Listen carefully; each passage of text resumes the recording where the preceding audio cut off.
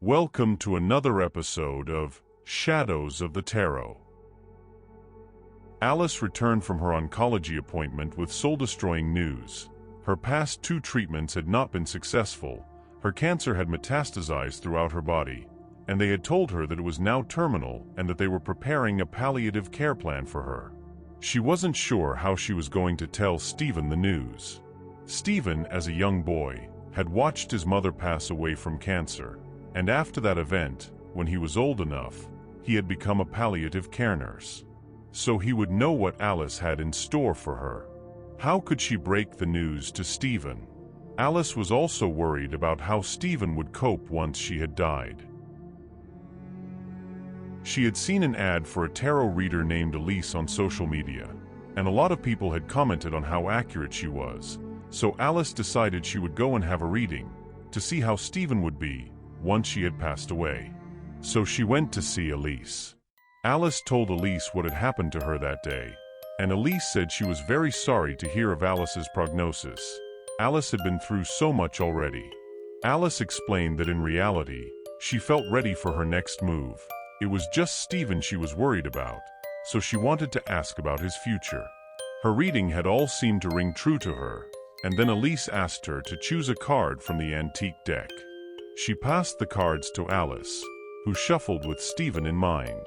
She fanned the cards out in her hand and chose the one she felt drawn to. The lover card was revealed, and Elise explained that it represented a spiritual, emotional, mental, and physical link that most couples may only imagine having, a bond between you and your significant other. Something amazing is going on in your romantic life, and happiness is in the air. Alice was quite satisfied with the card, thinking that life would go on for Stephen, and that he would find someone after her passing. She thanked Elise and went home. Unable to find the words to tell Stephen, Alice left it for a few weeks while she got other things in order. By the end of the 2nd week, she was beginning to feel very weak. She was enduring more pain. Her pain medicine increased, and the hospital provided her a bag-compatible pump. She had been fighting this for so long that she finally had to tell Stephen what was happening, but he had guessed anyway and was waiting for Alice to confirm the worst. Being a palliative care nurse, he knew only too well what was going on and what was going to happen. Alice started to spend more days in bed than out. While Alice had been making her preparations, Stephen had been making his preparations too. As a palliative care nurse in the community, it allowed him to stockpile some morphine. There would always be a count at the end of a shift at handover, but Stephen would ensure that he had documented a dose during the night that he hadn't actually administered.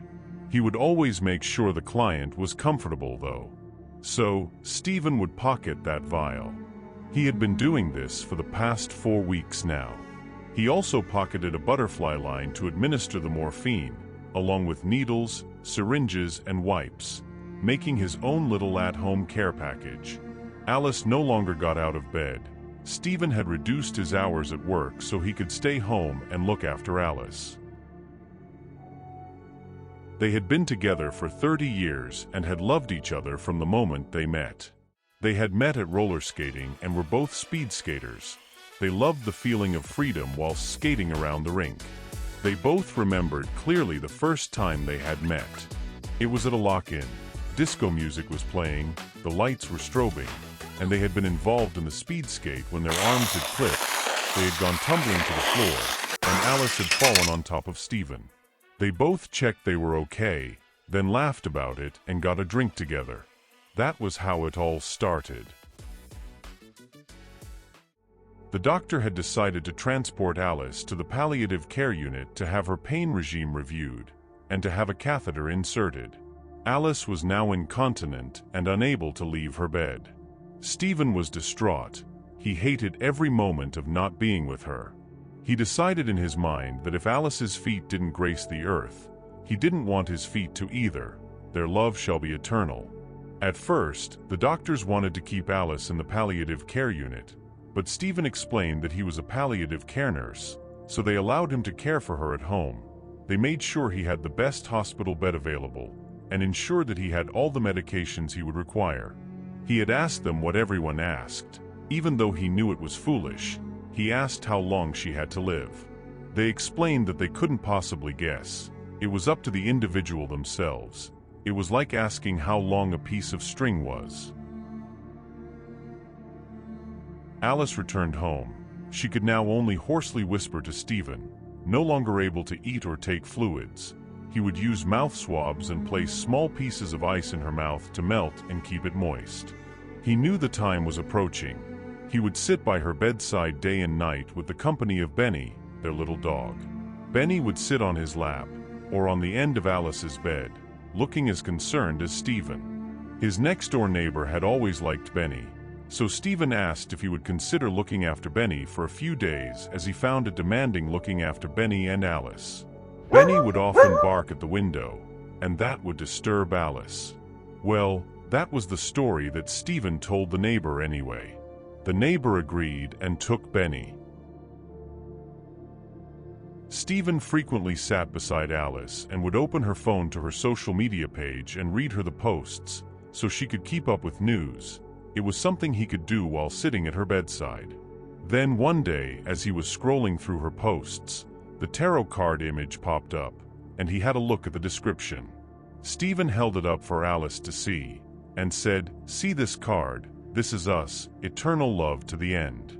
Our vows said, till death we do part, and I plan to make that come true." By this stage Alice was in and out of consciousness, so he just sat there. Stephen already had a plan for Benny. He knew his neighbor loved Benny. That's why he had sent him there. Stephen sat beside Alice till she took her last breath. Stephen knew exactly how much morphine it would take to send him on his final journey. He reclined his chair next to Alice, held her hand, and slowly injected himself. Next door, Benny started howling and crying, and the neighbor didn't know how to settle him. He just wouldn't shut up.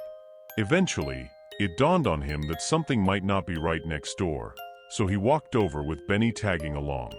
He knocked on the door, but there was no answer.